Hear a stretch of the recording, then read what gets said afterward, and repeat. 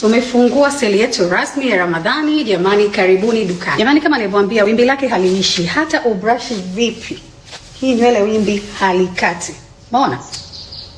Umeona hiyo wewe? Umeona nyuma wigi ilivyojaa? Ramadan seli yetu pia tutakuwa tuna hizi Spanish waves jamani. Umeona hizo Spanish waves? Umeona hiyo wave?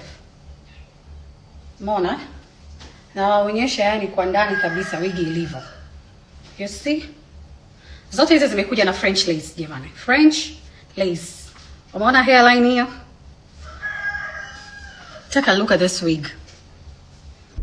Hello bosses, jamani, kuna hizi wigi mpya zimekuja, zinaitwa 9x6. Hizi wigi ni za closure, lakini closure yake ni pana kama unavyoiona. Inaanza karibia na kwenye sikio hadi kwenye sikio jingine, japokuwa ni closure sio frontal.